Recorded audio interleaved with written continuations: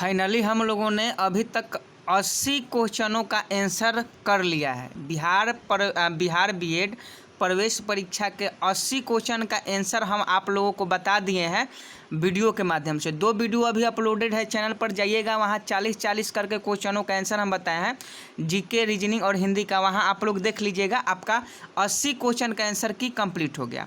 अब हम 81 number question से स्टार्ट करेंगे आंसर बताना। देखिए 81 नंबर प्रश्न है और बिहार बीएड प्रवेश परीक्षा जितने लोगों ने भी दिया है उनके लिए वीडियो बहुत ही इंपॉर्टेंट होने वाला है, क्योंकि 3 वीडियो में हम लोगों ने 120 क्वेश्चन का सही आंसर कवर किया है। ये तीसरा पार्ट है। 2 पार्ट पहले ही अपलोड कर दिए हैं जिसमें 40-40 क्वेश्चन हमने करवाया है। देख लीजिए 81 नंबर प्रश्न है, बेंजीन है। तो बेंजीन देख लीजिए, इसका सही आंसर हो जाएगा। बेंजीन क्या है? तो बेंजीन उपयुक्त सभी है। गैसीय प्रदूषक बेंजीन है, द्रवीय प्रदूषक भी है, ठोस प्रदूषक है, इसलिए इनमें से सभी हो जाएगा बेंजीन। अगला देख लीजिए 82 नंबर प्रश्न है कि निम्नलिखित में से कौन सा सर्च इंजन नहीं है। जैसे आपको कोई भी चीज़ सर्च करना होगा तो गूगल पर जाएंगे, क्रोम पर जाएंगे, याहू पर जाएंगे, लेकिन बिंग का नाम आप नहीं सुने होंगे। तो देखिए बिंग इसका सही आंसर हो जाएगा। निम्नलिखित में जो है वह बिंग जो है वह सर्च इंजन नहीं है। 82 का सही आंसर ऑप्शन डी हो जाएगा। अगला प्रश्न, राष्ट्रीय प्रेस दिवस कब मनाया जाता है? तो इस प्रश्न को देख लीजिएगा, गूगल पर सर्च कर लीजिएगा, राष्ट्रीय प्रेस दिवस कब मनाया जाता है। अगला प्रश्न 84 नंबर है, निम्न में से कौन भारत में पारिस्थितिक के जनक कहलाते हैं? तो देखिए इसका राइट आंसर पी माहेश्वरी हो जाएंगे।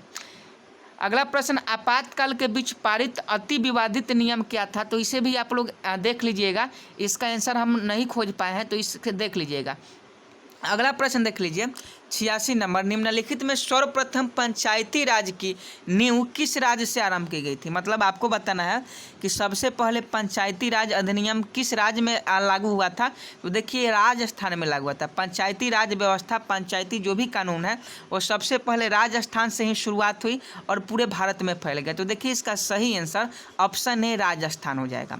वीडियो को अभी तक आप लाइक नहीं किए हैं तो आपसे रिक्वेस्ट है कि वीडियो को लाइक कर दीजिए।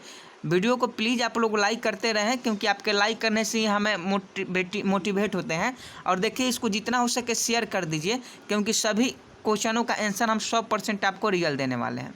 अगला देख लीजिए, मानव संसाधन विकास मंत्रालय बनाया गया था। आपको बताना है कि मानव संसाधन विकास मंत्रालय बनाया गया था, तो इसका सही आंसर क्या हो जाएगा? तो इसका सही आंसर 26 सितंबर 1985 हो जाएगा। 26 सितंबर 1985 को मानव विकास मंत्रालय बनाया गया था।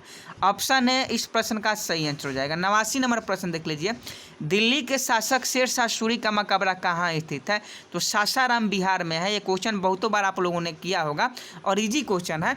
दिल्ली के शासक शेरशाह सूरी का मकबरा सासाराम बिहार में स्थित है। ऑप्शन सी इस प्रश्न का बिल्कुल सही आंसर हो जाता। दिल्ली के शासक शेरशाह सूरी का मकबरा सासाराम बिहार में स्थित है। ललित कला अकादमी की स्थापना कब हुई थी बताना है। ललित कला अकादमी, ये आप लोग देख लीजिएगा, गूगल पर सर्च कीजिएगा कि ललित कला अकादमी कहाँ की स्थापना कब हुई। ललित कला अकादमी की स्थापना कब हुई थी? तो इसका आंसर आपको मिल जाएगा। अगला प्रश्न पूछा गया था कि भारत की पहली एयर टैक्सी सेवा किस राज्य में आरंभ की गई थी? तो आपको बताना है कि भारत की पहली एयर टैक्सी सेवा माने एयर टैक्सी सेवा किस राज्य में आरंभ की गई है? तो इसका सही आंसर क्या हो जाएगा? तो इसका सही answer Uttar Pradesh, option C हो जाएगा।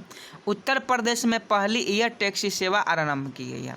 अगला प्रश्न देख लीजिए, भारत का पहला चीफ ऑफ डिफेंस स्टाफ कौन है?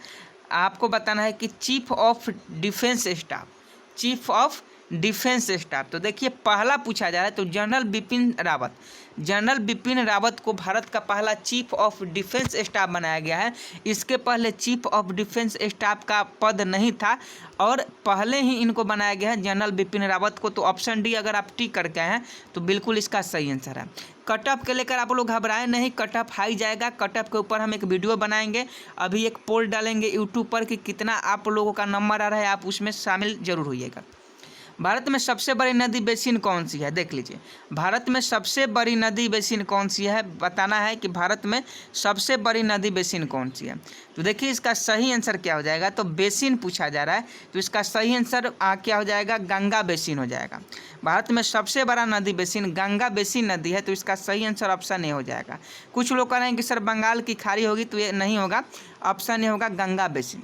अगला प्रश्न देख लीजिए, भारत में चावल का सबसे बड़ा उत्पादक राज्य है।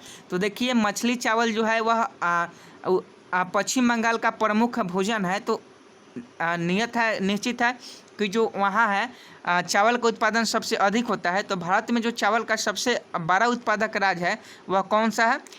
जल्दी से फटाफट बताइए कि भारत में सबसे ज़्यादा चावल का उत्पादन कहाँ होता है। तो देखिए पश्चिम बंगाल में होता है, वेस्ट बंगाल में सबसे ज़्यादा चावल का उत्पादन होता है। कुछ लोग उत्तर प्रदेश भी कह रहे होंगे। आवृत्ति की इकाई है आपको बताना है, तो हर्ट्ज होता है। आवृत्ति का इकाई HZ हर्ट्ज होता है। 95 नंबर प्रश्न का सही आंसर हर्ट्ज हो जाएगा। आवृत्ति की जो इकाई होती है वह हर्ट्ज होती है। अगला प्रश्न देख लीजिए, विद्यालय में शिक्षा एवं ज्ञान का वातावरण के बारे में पूछा है। 96 नंबर। ध्यानपूर्वक समझिएगा, इसमें बहुत लोगों को कन्फ्यूजन होगा कि सर इसका आंसर ये कैसे बता दिए। तो देखिए अगला प्रश्न 96 नंबर है, निम्न में कौन प्रोजेक्टेड एड से संबंधित नहीं है? ओवरहेड प्रोजेक्टर, श्यामपट, एपीडिया स्कोप, स्लाइड प्रोजेक्टर। देखिए प्रोजेक्टेड एड मतलब वहाँ जो होता है ऑनलाइन बच्चों की पढ़ाई होती है प्रोजेक्टर के माध्यम से होती है। तो देखिए श्यामपट इसका सही आंसर हो जाएगा। ब्लैक बोर्ड इससे संबंधित नहीं है, ब्लैक बोर्ड इससे संबंधित नहीं है, तो ऑप्शन बी बिल्कुल इस प्रश्न का सही आंसर हो जाएगा। अगला देख लीजिए, किस परीक्षा में पक्षपात का कोई स्थान नहीं होता है? किस परीक्षा में पक्षपात का कोई स्थान नहीं होता है? तो देखिए व्यापकता जो होता है, ऑप्शन बी इसका सही आंसर हो जाएगा। कुछ लोग वस्तुनिष्ठता कह रहे हैं, तो देखिए सब में वस्तुनिष्ठता होता है, ऐसा बात नहीं है, लेकिन ऑप्शन बी इसका सही आंसर होना चाहिए। 98 नंबर देख लीजिए, बाल अवस्था और युवा अवस्था के बीच की अवस्था है। तो देखिए बाल अवस्था और युवा अवस्था के बीच की जो अवस्था है वो किशोरा अवस्था है। किशोरा अवस्था इसका सही आंसर हो जाएगा। जब आप 10, 11, 12 साल का हो जाते हैं तो किशोरा अवस्था आपका चालू हो जाता है। जिज्ञासा का अर्थ पूछा है, तो जिज्ञासा मतलब जानने की इच्छा रखने वाला को जिज्ञासा कहते हैं। ऑप्शन ए 99 का सही आंसर हो जाएगा। शिक्षण का उद्देश्य है, शिक्षण का उद्देश्य क्या है जी? तो देखिए उपयुक्त सभी हो जाएगा। 100 का प्रश्न सही आंसर ऑप्शन डी हो जाएगा। कक्षा प्रशिक्षण में रुचि जागृत करने के निम्न में से कौन सी है? तो देखिए इसका सही आंसर हो जाएगा उपयुक्त सभी, छात्रों का अध्ययन, उद्देश्यों की स्पष्टता, रुचि मापन, उपयुक्त सभी।